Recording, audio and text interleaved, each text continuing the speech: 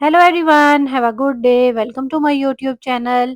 आज मैं आप लोगों के साथ शेयर कर रही हूँ दाल कद्दू की रेसिपी को, जिसको हम बनाएंगे एकदम पंजाबी स्टाइल में। ये बनाने में जितनी आसान और सिंपल है, ये खाने में उससे ज़्यादा टेस्टी और यमी लगती है। चलें हम अपनी रेसिपी को स्टार्ट करते हैं। सबसे पहले हम एक बर्तन के अंदर कद्दू ऐड कर देंगे, जिसको मैंने अच्छे से पील करके वॉश कर लिया था। इसको मैंने रफली कट किया है।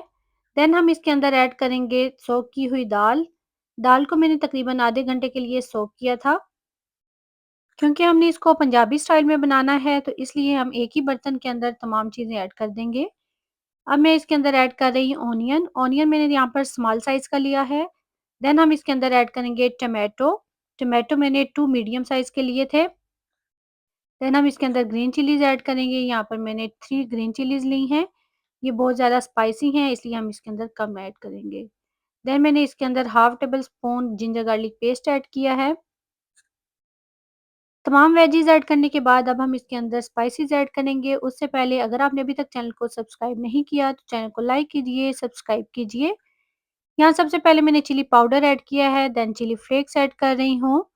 देन हम इसके अंदर टर्मरिक यानी कि हल्दी पाउडर ऐड करेंगे। चीज़ों की क्वांटिटी डिस्क्रिप्शन बॉक्स में मैं राइट कर दूँगी। तमाम स्पाइसेस ऐड करने के बाद मैं लास्ट में इसके अंदर ऐड कर रही हूँ सॉल्ट। तमाम स्पाइसेस ऐड करने के बाद हम इसके अंदर पानी ऐड कर देंगे। पानी मैं यहाँ पर तकरीबन 3 कप ऐड करूँगी। इसके साथ ही अगर आपने अभी तक चैनल को सब्सक्राइब नहीं किया, तो चैनल को लाइक कीजिएगा, सब्सक्राइब कीजिएगा और कमेंट बॉक्स में एक छोटा-सा कमेंट ज़रूर किया करें, जो कि हमारे लिए बहुत ही खुशी का बाइस होता है।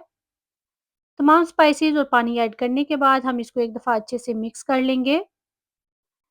इसको अच्छे से मिक्स करने के बाद हम इसको कवर करके मीडियम हीट पर कुक करेंगे, जब तक कि हमारे जो कद्दू हैं और जो दाल है वो अच्छे से टेंडर नहीं हो जाती, यानी कि सॉफ्ट नहीं हो जाती। सब्ज़ी को कुक होते हुए तकरीबन 20 से 25 मिनट हो चुके हैं। अब हम इसको चेक करेंगे कि हमारी जो दाल है और कद्दू हैं वो किस हद तक सॉफ्ट हुए हैं। आप देख सकते हैं अभी इस स्टेज पर इसके अंदर थोड़ा-थोड़ा पानी है। अब हम इसको एक दफ़ा अच्छे से मिक्स कर लेंगे और इस स्टेज पर आप इसके अंदर चेक कर सकते हैं कि आपके कद्दू और दाल किस हद तक सॉफ्ट हुए हैं। आप देख सकते हैं यहाँ पर मेरी दाल जो है वो अच्छे से कुक हो चुकी है और कद्दू भी सॉफ्ट हो चुके हैं। इसके अंदर जो एक्स्ट्रा पानी है इसको हम हाई हीट पर ड्राई कर लेंगे,